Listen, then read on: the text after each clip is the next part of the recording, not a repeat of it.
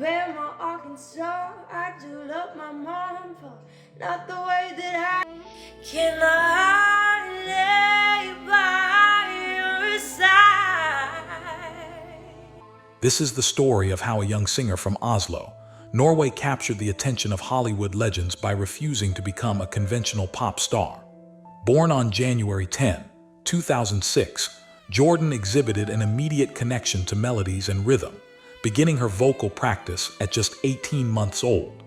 Her maternal grandmother actively introduced the toddler to classic American jazz music long before she ever set foot in a classroom.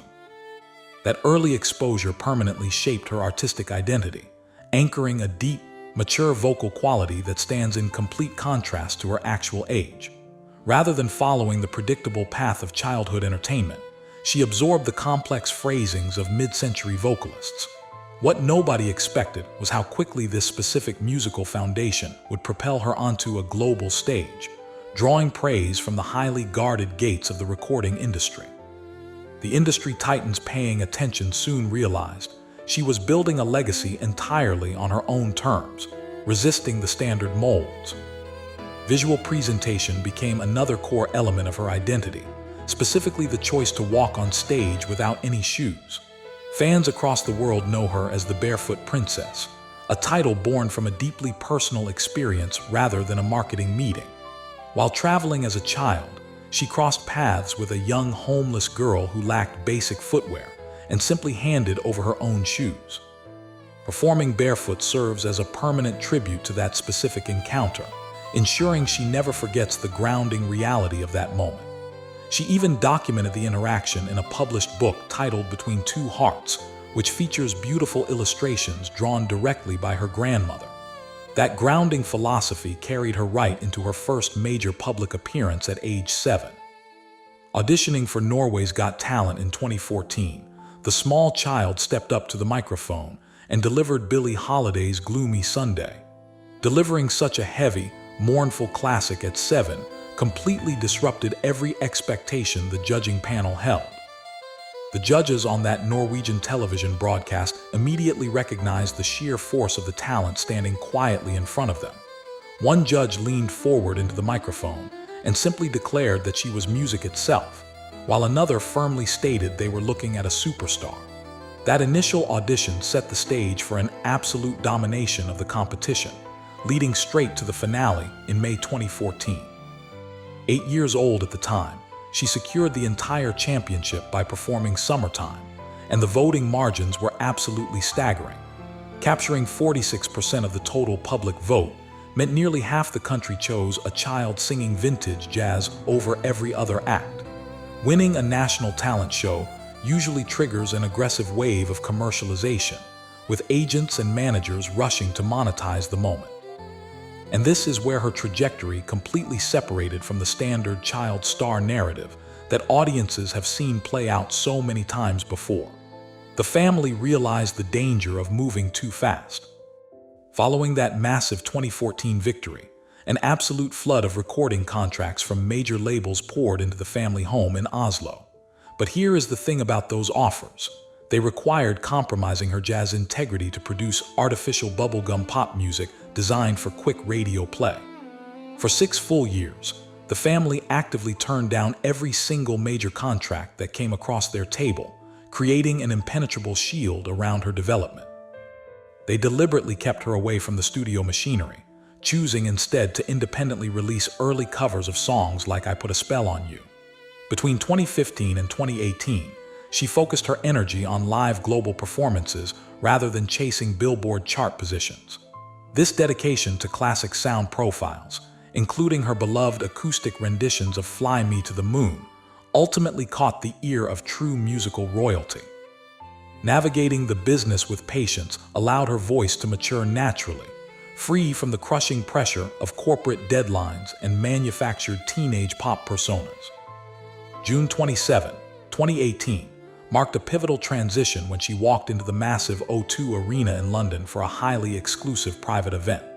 Legendary producer Quincy Jones was celebrating his 85th birthday, and he hand-selected the young vocalist to perform Fly Me to the Moon for his guests. Earning the respect of someone who shaped the modern music industry, proved her family's strategy of extreme patience was working perfectly. That global breakthrough finally pushed her toward a massive television return in January 2020, appearing on America's Got Talent, The Champions. 13 years old at the time, she walked onto the American stage and looked directly at, explaining she had waited 10 years to sing for him. Doing the math meant this exact moment had been her specific dream since she was exactly 3 years old. Delivering a complex, jazz-infused cover of Queen's Bohemian Rhapsody, the teenager brought the massive auditorium to an absolute standstill within seconds. The arrangement completely reimagined the famous rock anthem. Physically reacted to the performance before the final notes even faded, slamming her hand down to trigger the golden buzzer. Explaining her reasoning to the audience, noted how the young singer cuts right through the noise of the crowded music industry. The veteran judge elaborated that out of so many voices trying to make an impact, this specific tone stands out as completely memorable and distinctly different.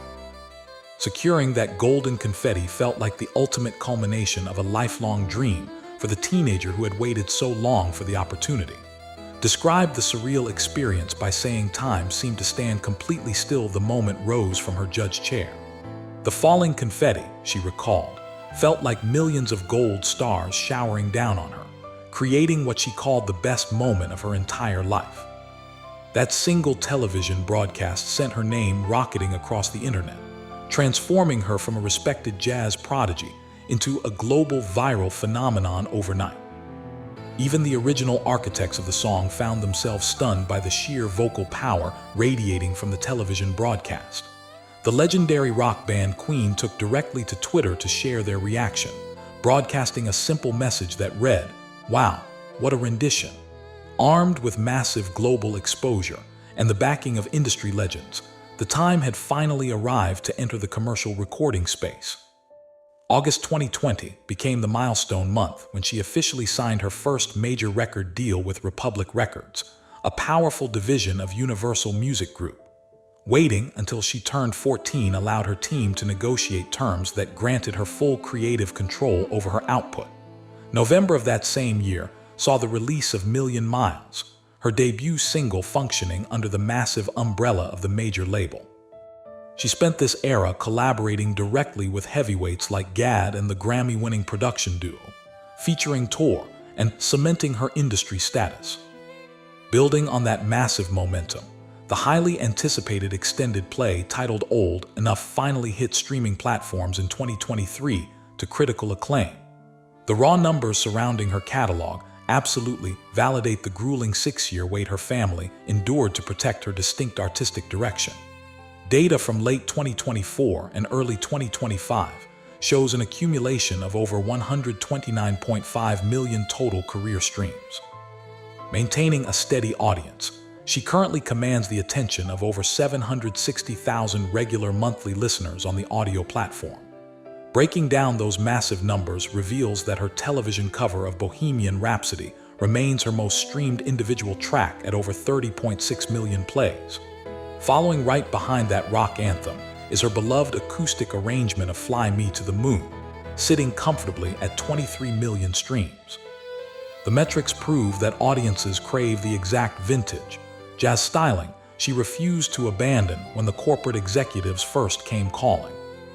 Looking beyond standard streaming platforms reveals an even larger digital footprint spread across the wider social media and video ecosystem. Compilation channels and official performance uploads scattered across YouTube, Facebook, and TikTok have generated over 1 billion combined global views. A widely cited figure points to 500 million views occurring on YouTube alone, highlighting the massive visual appeal of her barefoot stage presence. But the reality of the music business requires constant evolution, and her specific trajectory shifted once again as the calendar rolled into 2024. Leaving the massive corporate machinery of Republic Records behind, she transitioned right back into the independent recording space. Opting to govern her own distribution, she began routing her recent musical projects through Kite Records and LLC. Walking away from a major label after achieving viral success, demonstrates the exact same fierce independence that drove her to reject those initial childhood contracts a full decade earlier. Operating under this newly reclaimed independent banner throughout 2024, she continuously delivered fresh singles directly to her dedicated. The recent catalog expansion includes tracks like Bad Valentine, a fresh take on What a Wonderful World, and a striking piano cover of If I Were a Boy. Looking forward to 2025, the release schedule highlights upcoming, highly anticipated projects carrying the titles Secret of the Star and Secret of the Soul. From an 18-month-old toddler absorbing her grandmother's jazz records to a fully independent artist praised by Quincy Jones, the journey remained singular. She successfully navigated the treacherous waters of child stardom by holding firmly to the vocal style that first made her famous. Jordan recently summarized her entire driving philosophy with a simple declaration, stating she wants to sing for the whole world. She explained the deep, unbreakable connection she holds to her craft by telling reporters that singing is quite literally as important as breathing to her.